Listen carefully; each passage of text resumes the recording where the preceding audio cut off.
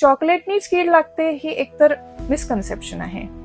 चॉकलेटनी दातावरती अन्नकण जास्त काळ राहण्याची पॉसिबिलिटी वाढते, ज्याच्यामध्ये शुगर कंटेंट असतो, म्हणून कीड लागण्याची प्रोबॅबिलिटी वाढते. अन्नकण कुठलाही असो, चीज असो, बेकरी आयटम असो, कुठलाही कॅन्डीज असो, ह्या पण जर का दातावरती जास्त काळ राहिल्या तर त्याने कीड लागू शकते. सो नुसत्या दुधाने पण कीड लागू शकते. सो म्हणून मुलांना दूधही द्यायचं नाही का.